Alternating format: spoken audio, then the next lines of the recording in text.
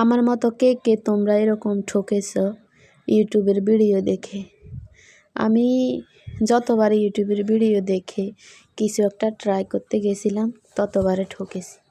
আসসালামু আলাইকুম, সবাই কেমন আছেন? আশা করি যে যেখান থেকে আমার ভিডিওটি দেখছেন সহি সালামতে আছেন এবং আল্লাহ তাআলা আপনাদেরকে ভালো রাখুক, সবসময় দোয়া করি।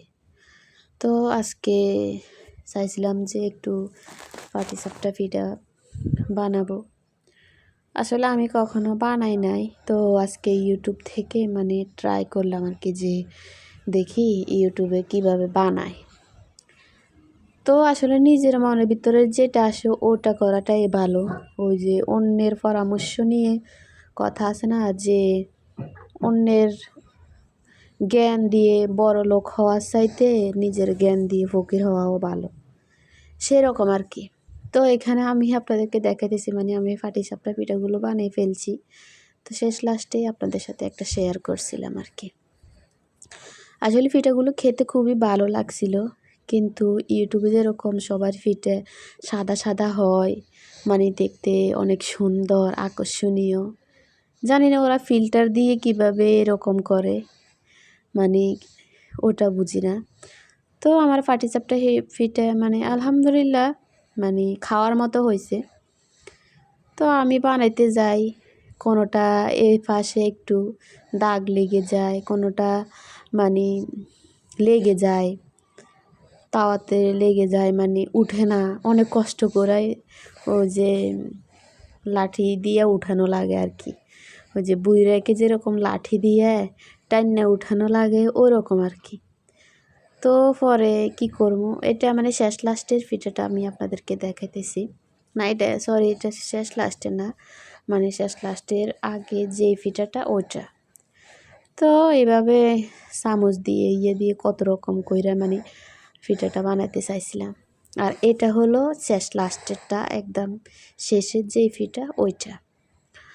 তো পরে বানাইছিলাম, আসলে ছেলের খিদা লাগছে, আমারও খিদা লাগছে।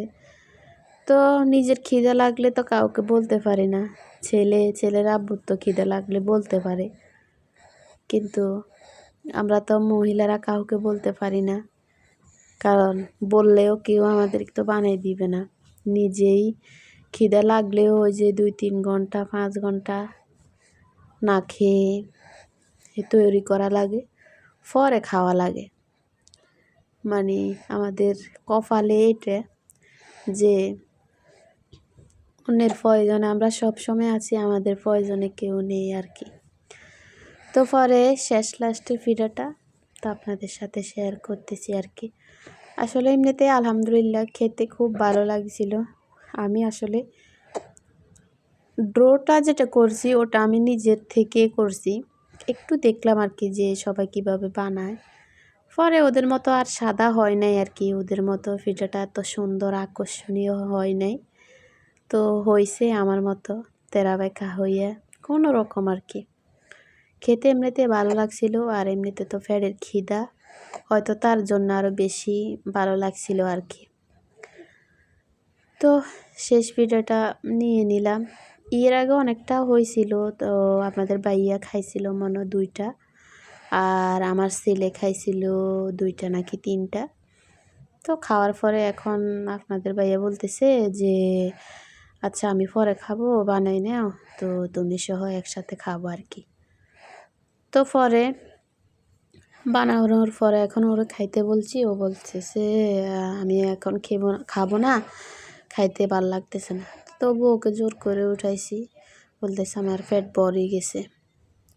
এমনিতে খাইতে আলহামদুলিল্লাহ অনেক ভালো লাগছিল আর কি, কিন্তু পিঠাটা ওদের মতো আকর্ষণীয় হয় নাই আর কি। তো আপনারা জানাবেন কেমন হয়েছে। আর এদিকে রান্না করতেছি, আসলে আজকে কয়দিন তো আপনাদেরকে বলছি অনেক দৌড়াদৌড়ির ভিতর দিয়ে যাইতেছি আমি। তো অনেক দৌড়াদৌড়ির ভিতরে এখন এখানে সাপটিটা বানাবার পরে এখন এদিকে মাছ ভাজি করতেছি, আর অন্যদিকে তরকারি রান্না করছি আর কি। পরে মাছটা তরকারির ভিতরে দিয়ে দেব, কষিয়ে নিচ্ছি, কারণ অনেক রাত হয়ে গেছে, খাওয়ার তো সময় হয়ে গেছে অনেক আগে, কিন্তু আমি রান্না করতে করতে আর কি একটু দেরি হয়ে গেছে। আসলে ওদিকে একটু ওই যে দৌড়াদৌড়ির ভিতরে আপনাদেরকে তো বলছি আমার একটা কাজ আছে, ওদিকে যাই একটু দৌড়াদৌড়ি করি। তো দেখেন এখানে অনেকগুলো দোয়া ফালি, আর ঘরের অবস্থা দেখতেছেন কী অবস্থা। মেয়ে মানে এদিকে আমি ঠিক করতেছি, এদিকে মেয়ে আউলাইতেছে। মেয়েরে কি আর মানানো যায়। আর সাহেবরা তো শুয়ে শুয়ে মোবাইল দেখতেছে, ওদের এই শোক।